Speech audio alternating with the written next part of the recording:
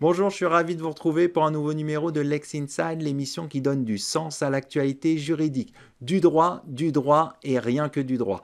Au programme de ce numéro, on va parler risque pénal des entreprises françaises pour violation des droits humains à l'étranger. Ce sera dans quelques instants avec Pauline Baudu-Armand, associée chez Garbarini et Associés. On parlera ensuite emploi des sportifs, quelles sont les particularités d'embauche avec Jean-Jacques Bertrand, associé fondateur du cabinet Bertrand et Associés. Et enfin, on parlera du paquet Omnibus. Quelles sont les conséquences de ce paquet législatif? Ce sera avec Élodie Valette, associée chez BCLP. Voilà pour les titres. Lex Inside, c'est parti.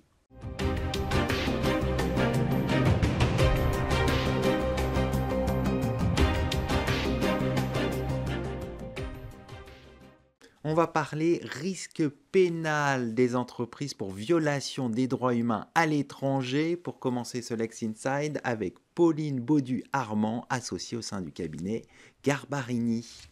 Pauline Baudu-Armand, bonjour. Bonjour Arnaud, merci de votre invitation. Le risque pénal des entreprises françaises pour violation des droits humains à l'étranger soulève des questions fondamentales, des enjeux majeurs en matière de responsabilité juridique et de prévention. On va en parler ensemble. Mais tout d'abord, comment la loi française sur le devoir de vigilance encadre-t-elle la responsabilité des entreprises en matière de violation des droits humains à l'étranger ? La loi de 2017 sur le devoir de vigilance, il faut rappeler qu'elle s'inscrit dans un contexte de prise de conscience. Et notamment l'accident tragique de l'effondrement du Rana Plaza au Bangladesh qui malheureusement a provoqué plus de 1000 morts. Et cet accident va créer une prise de conscience, et notamment en France, et sous l'impulsion de certaines organisations comme Amnesty, la France va édicter une loi et va promulguer une loi qui porte ce devoir de vigilance. Et ce devoir de vigilance, il va imposer aux entreprises françaises qui sont dans le champ d'application de cette loi de prendre des mesures concrètes et d'établir un plan de vigilance pour envisager et anticiper les atteintes aux droits et notamment aux droits humains. Et ce qui est important de savoir, c'est que la France est le premier pays à l'échelle mondiale qui va promulguer ce type de texte et qui va imposer et qui va soumettre les entreprises à une responsabilité civile en cas de manquement à leurs obligations de prévention aux atteintes des droits humains, et notamment à l'étranger. Alors justement, vous évoquez la prévention, on va s'y intéresser tout de suite. Quels sont les mécanismes de prévention des violations de droits humains qui sont imposés par ce cadre juridique que vous venez de décrire? Alors, la loi du devoir de vigilance, elle est très courte, elle n'a que 4 articles. Mais le premier mécanisme de cette loi, il est codifié à l'article L225-102-4 du Code de commerce et il pose l'obligation de mettre en place un plan de vigilance. Ce plan de vigilance, c'est ce mécanisme de prévention qui est le plus important et qui doit comporter 5 mesures. Et notamment, parmi ces 5 mesures, il y a une cartographie des risques qui doit être prise par les entreprises. Il y a des mécanismes de contrôle, notamment des sous-traitants et des filiales. Il y a des actions concrètes de prévention. Il y a aussi la nécessité de mettre en place un système d'alerte et de signalement des atteintes. Et enfin, évidemment, il y a un système de contrôle des actions qui doit être mis en place par l'entreprise, avec la particularité, c'est que ce plan de prévention, il est public. C'est-à-dire que les entreprises doivent le publier et le faire figurer dans leur rapport de gestion. Donc, le but, c'est d'assurer la transparence des actions de l'entreprise. Tout à fait. Et les y contraindre. Pour anticiper. Un autre axe de ce cadre juridique, c'est la responsabilité qu'on va pouvoir mettre en jeu. Comment les juges français interprètent-ils la responsabilité pénale des entreprises dans un contexte international? Alors, le devoir de vigilance dont on vient de parler, c'est un contexte de responsabilité civile, d'ailleurs qui est sanctionné, évidemment. Mais à cela s'ajoute aussi une responsabilité pénale. Cette responsabilité pénale, en fait, on en entend beaucoup parler parce qu'il y a beaucoup d'affaires emblématiques, comme l'affaire Lafarge, qui a été mise en cause pour des faits de financement du terrorisme, pour le groupe terroriste Daesh. Et le juge pénal intervient, puisque, pour exemple, au premier semestre 2024, il y a eu 13 procédures judiciaires qui ont été initiées en France pour des multinationales françaises qui sont mises en cause dans des violations de droits humains à l'étranger. Ces procédures, elles témoignent que le juge pénal, il intervient. Il intervient parce que le code pénal lui permet. L'article 121-2 du Code pénal, il formalise la responsabilité pénale des personnes morales. Quand on a dit ça, la question qui se pose, c'est de savoir l'étendue de cette compétence dans un contexte transnational. Et là aussi, le Code pénal intervient parce que le juge pénal, la loi pénale, elle a une compétence qui est double. Elle a une compétence qui est active, c'est-à-dire que tout fait commis par un Français à l'étranger déclenche l'application de la loi pénale française. Et on pourrait se dire, un Français, c'est une personne physique, mais non, puisque la Cour de cassation là-dessus est intervenue et précise bien que ça s'applique aux personnes morales. Ça, c'est le premier type de compétence. Il y a une compétence qui est territoriale. De la même manière, on peut se dire, c'est un fait commis sur le sol français. Ce n'est pas si simple, puisque la loi française et la loi pénale s'appliquent si un fait participe matériellement à une infraction qui est commise à l'étranger ou s'il est indivisible avec cette infraction. Et quand on prend ces trois éléments, la responsabilité pénale des entreprises, la compétence territoriale et la compétence active, les entreprises multinationales françaises peuvent se voir poursuivies pour des violations de droits humains qui sont commises à l'étranger, que ce soit comme auteur, mais également comme complice. Et c'est le cas de l'affaire Lafarge. En fait, la complicité, elle est aussi liée à des agissements qui sont ceux de véhicules juridiques. Dans l'affaire Lafarge, la Cour de cassation, elle a confirmé la mise en examen de la société mère comme complice de financement de terrorisme via ses filiales. Parce qu'elle est responsable de l'ensemble de la chaîne de valeur, de ses Exactement. sous-traitants. Et parce qu'elle y a participé.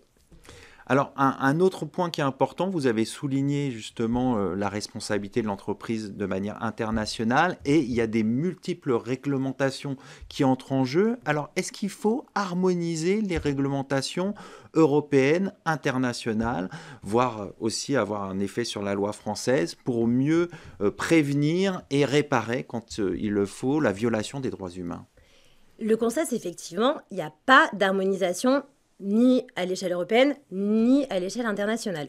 Et aujourd'hui, la responsabilité pénale des personnes morales, elle dépend du droit de chaque État duquel dépend une société. Ce qui fait qu'on se retrouve dans des contextes et des contextes juridiques qui sont très hétérogènes et qui créent une double difficulté. Et la première, c'est que comme il n'y a pas d'harmonisation, évidemment, on a certains de nos pays voisins ou nos partenaires économiques qui ont des législations qui sont moins ambitieuses que les nôtres ou qui sont plus laxistes. Ça, c'est la première difficulté. Et la deuxième, c'est que le droit pénal international s'est toujours refusé à sanctionner les personnes morales. Les tribunaux militaires ne sanctionnent pas les personnes morales, uniquement les personnes physiques. Et par exemple, les statuts de la Cour pénale internationale ne sanctionnent pas davantage les personnes morales. Et il ne peut pas y avoir d'évolution, selon vous? Il faut qu'il y ait une évolution. Il faut qu'il y ait une évolution parce que ça permettrait d'éviter le premier écueil, qui est le dumping réglementaire. Et ce dumping réglementaire, il peut inciter des entreprises à s'installer juridiquement dans des États où la législation en matière de responsabilité pénale des entreprises, elle est plus laxiste. Ça, c'est le premier écueil qu'il faut éviter, enfin qu'il faut en tout cas gérer. Et la deuxième, c'est qu'il y aurait des vertus à une harmonisation. La première, c'est que ça renforcerait la responsabilité pénale des entreprises pour les violations commises à l'étranger. Et le deuxième élément, c'est surtout qu'il y aurait une approche proactive. Si les normes étaient uniformisées, les entreprises, elles n'auraient d'autre choix que d'anticiper et de prévenir de manière plus importante les atteintes aux droits humains qui pourraient survenir. Pour vous, il y aurait un effet vertueux à harmoniser les réglementations, c'est ça? Exactement, il y aurait un effet vertueux et c'est là où la France a son rôle. Parce que la France, elle est expérimentée dans la responsabilité pénale des personnes morales, elle a des outils juridiques avancés et elle doit participer activement à cette harmonisation. Bon, on va suivre tout ça de près. Merci beaucoup pour votre éclairage, Merci Pauline à vous. Baudu-Armand. Je rappelle que vous êtes associée au sein du cabinet Garbarini et Associés. Tout de suite, l'émission continue. On va parler emploi des sportifs. Quelles sont les particularités d'embauche?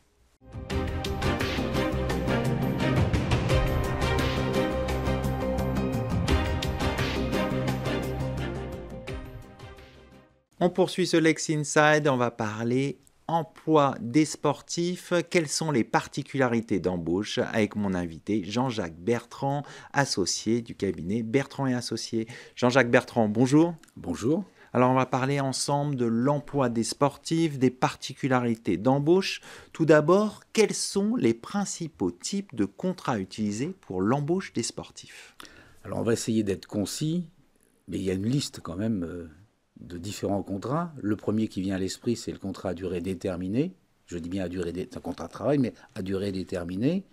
À ce contrat à durée déterminée, qui peut être un contrat de joueur du reste, ou pour la formation un contrat d'aspirant ou apprenti ou de stagiaire, ce sont des contrats de travail, aussi à durée déterminée. Et vous avez une convention de formation, c'est un deuxième type de convention qui n'est pas un contrat rémunéré, mais qui est un pré-engagement vers la voie professionnelle. Vous avez également le contrat indépendant, c'est-à-dire un sportif, un tennisman par exemple, qui peut avoir une convention avec un club ou pour une compétition particulière. Vous avez des contrats également de sportifs de haut niveau, qui sont des contrats conclus par la fédération avec son sportif, qui sont rémunérés.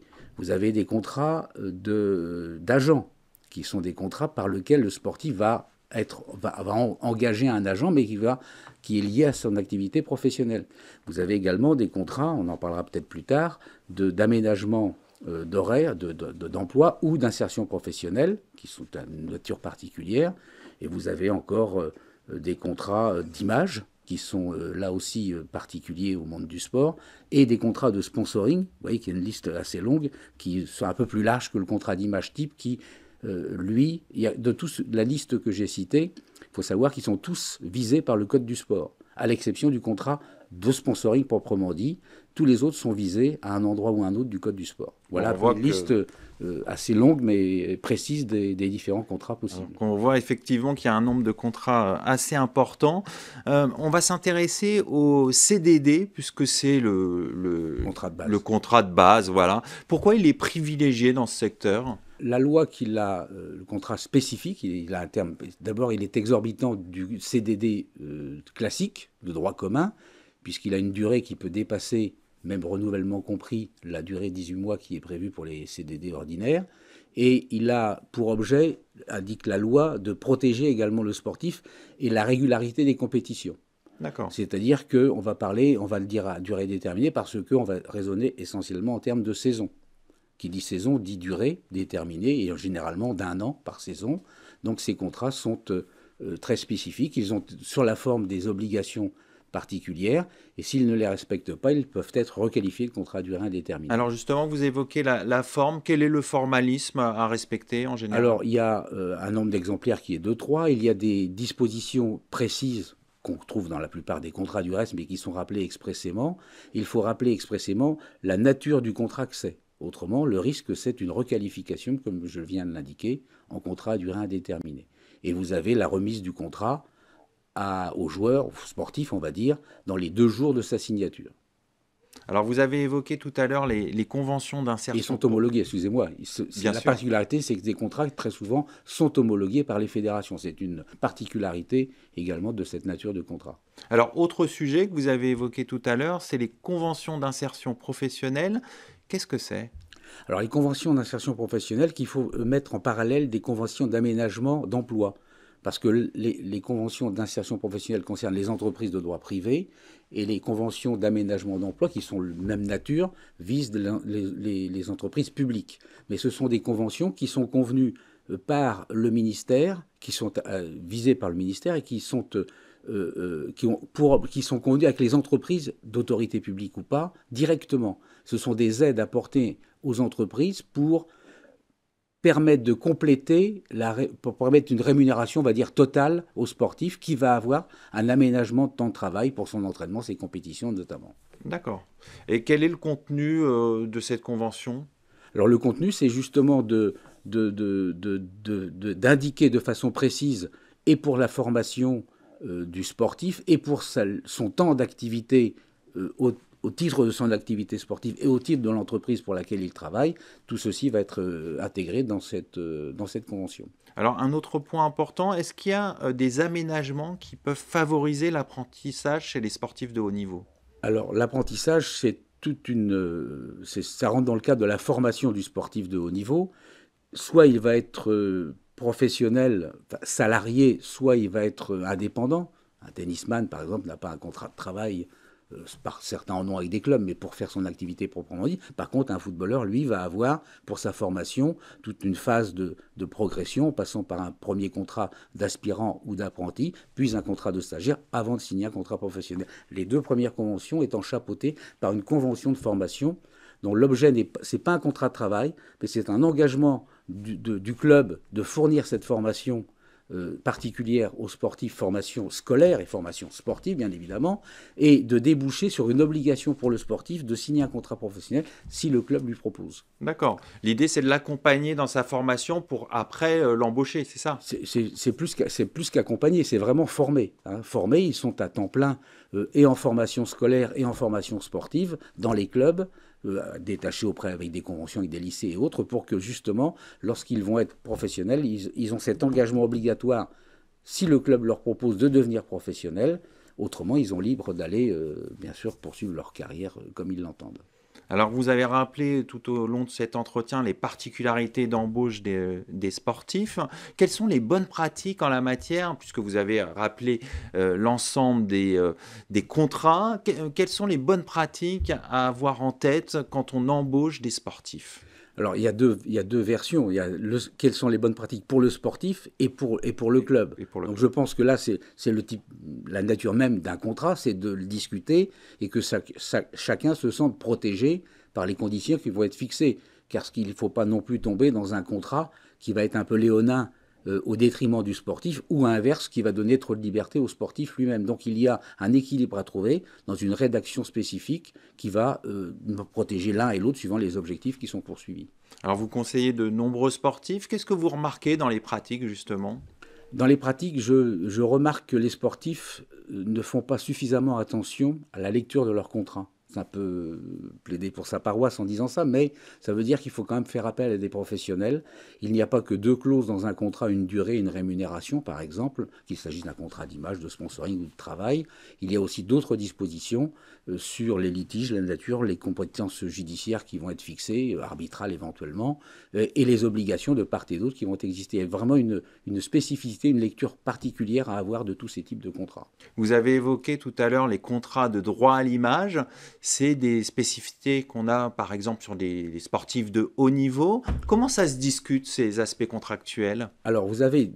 Le contrat d'image est un contrat, il y a 2 natures. Il y a celui qui est prévu par le Code du travail, le Code du sport, excusez-moi, qui, justement, vient indiquer précisément que lorsqu'un sportif a un contrat dit d'image avec son club, qui est par ailleurs avec son employeur, il y a une possibilité, dans certaines limites, je ne rentre pas dans les détails, de pouvoir convenir ce type de convention sans que ce soit un contrat de travail. Et puis vous avez le contrat de sponsoring qui, lui, va avoir une notion beaucoup plus étendue de l'image, puisqu'il va faire, normalement, le sponsor ou le partenaire va s'attacher à vouloir utiliser ou exploiter tous les droits de la personnalité du sportif. Donc il y a 2, et là on est en dehors d'un contrat, il faut veiller, en dehors d'un contrat de travail, il faut veiller justement dans la rédaction qu'il n'y ait pas un lien de subordination dans ce type de contrat pour que ensuite un contrôle URSSAF par exemple vienne vous retoquer votre contrat pour dire que c'était un contrat de travail. Mais il y a des dispositions tout à fait particulières. Alors on ne va pas rentrer dans tous les détails, mais il y a vraiment des particularismes auxquels il faut veiller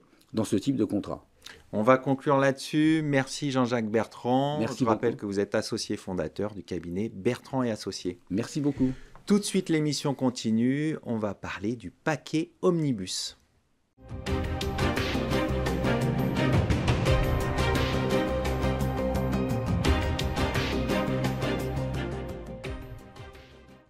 On poursuit l'émission, on va parler du paquet Omnibus et des principaux changements induits par ce paquet législatif avec mon invitée Élodie Valette, associée chez BCLP.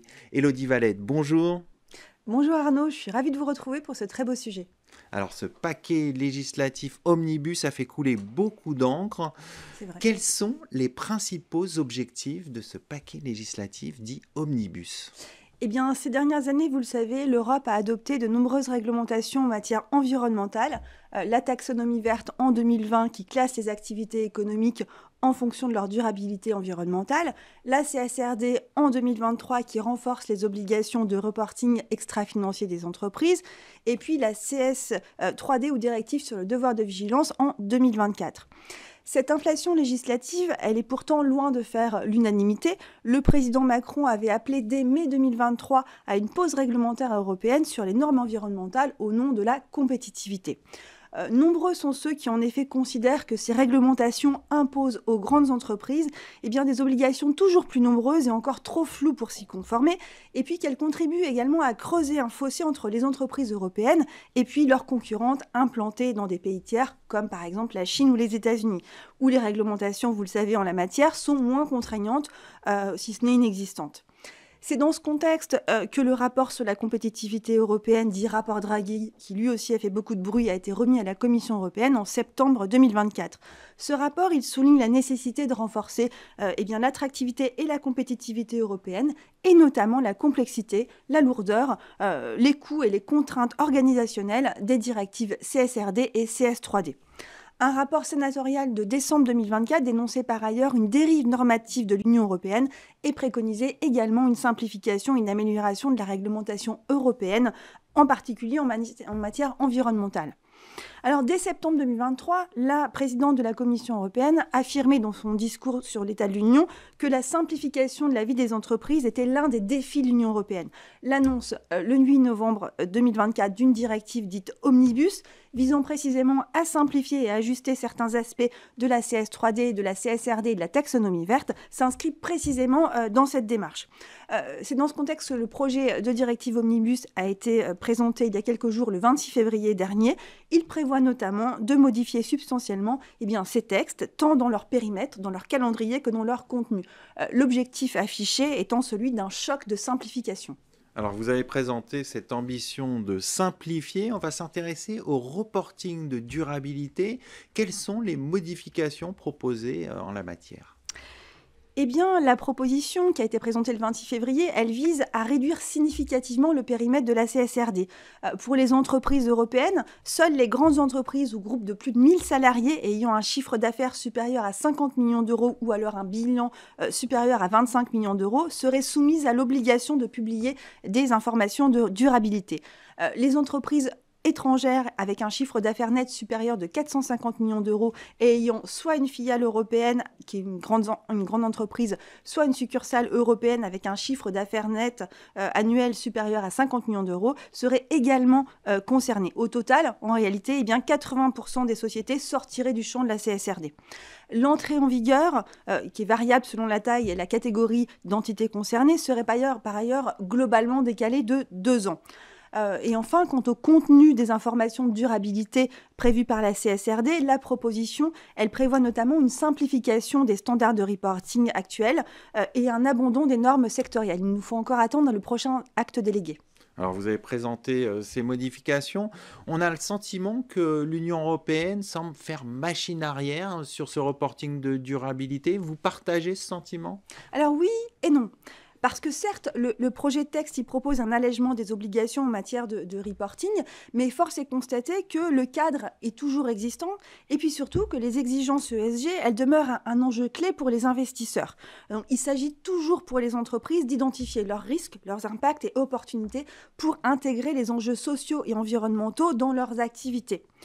La proposition, en réalité, elle pourrait créer une nouvelle disparité et même une insécurité juridique selon que les États membres ont déjà, ou alors pas encore, transposer la CSRD. Si on prend l'exemple de la France, vous le savez, la France a été la première à transposer la CSRD en Europe. Et bien, à ce stade, les sociétés françaises restent assujetties aux dispositions du droit national ayant transposé la directive initiale. C'est le cas en particulier s'agissant des entreprises des vagues 1. Parce que s'agissant des vagues 2, 3 et 4, eh bien, un amendement reportant de 4 ans l'application des obligations de reporting sur la durabilité prévue par la CSRD a été voté précisément hier par le Sénat. Donc, il nous faut encore suivre ce dispositif législatif, mais on voit qu'il va y avoir des petits remous de ce côté-là. Alors, on va s'intéresser aussi aux impacts sur le devoir de vigilance. Quelles sont les modifications qui sont proposées en la matière ? Alors, en ce qui concerne la directive devoir de vigilance ou CS3D, son champ d'application, eh bien, selon la proposition, il demeurerait inchangé, même s'il est proposé que la suppression de la clause de revoyure pour l'inclusion des services financiers. La date butoir de transposition, elle serait décalée d'1 an à juillet 2027, de même que son entrée en application pour les plus grandes entités à juillet 2028. Parallèlement, l'adoption par la Commission des lignes directrices d'application, elle serait avancée, elle, à juillet 2026. Quant aux obligations relatives aux devoirs de vigilance qui sont prévues par la CS3D, elles seraient, elles, allégées, mais substantiellement, parce que on observera une limitation du devoir de vigilance de l'entreprise à ses propres activités, celles de ses filiales et de ses partenaires commerciaux directs. Également, un assouplissement des obligations de consultation des parties prenantes pour l'établissement du plan de vigilance, et puis surtout une limitation des mesures correctives, parce que l'obligation de mettre fin à une relation commerciale comme l'indexation des sanctions pécuniaires sur le chiffre d'affaires annuel net et le régime de responsabilité civile harmonisé, eh bien, serait supprimée au terme de cette proposition. Et enfin, eh bien, l'obligation relative au plan de transition climatique compatible avec les objectifs de l'accord de Paris serait quant à elle alignée avec les dispositions de la CSRD. Alors, vous l'avez dit, ce sont des modifications substantielles. Est-ce que le devoir de vigilance n'est-il pas privé de son effet avec ces modifications ?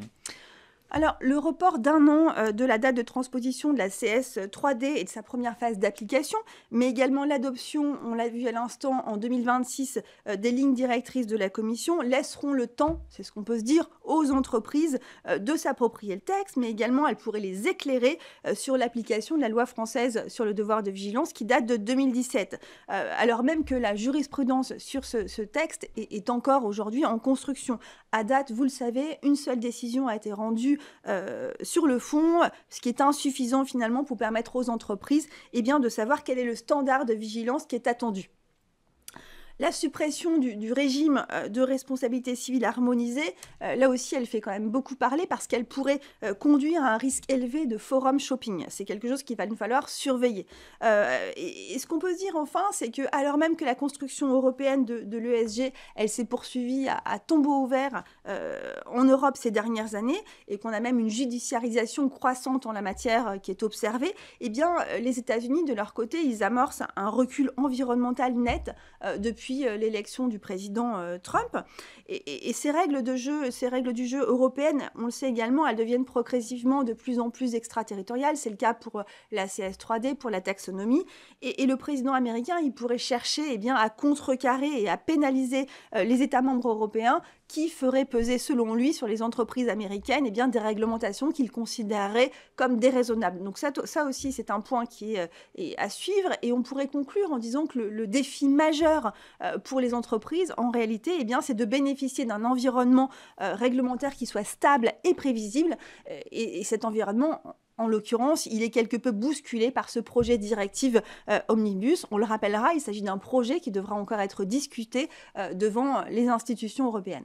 On va suivre tout ça de près. Merci Élodie de nous avoir présenté ce paquet Omnibus. Je rappelle que vous êtes associée au sein du cabinet BCLP. Merci Arnaud. C'est le moment de conclure cette émission. Merci de votre fidélité. Restez curieux et informés. À très bientôt sur Be Smart for Change.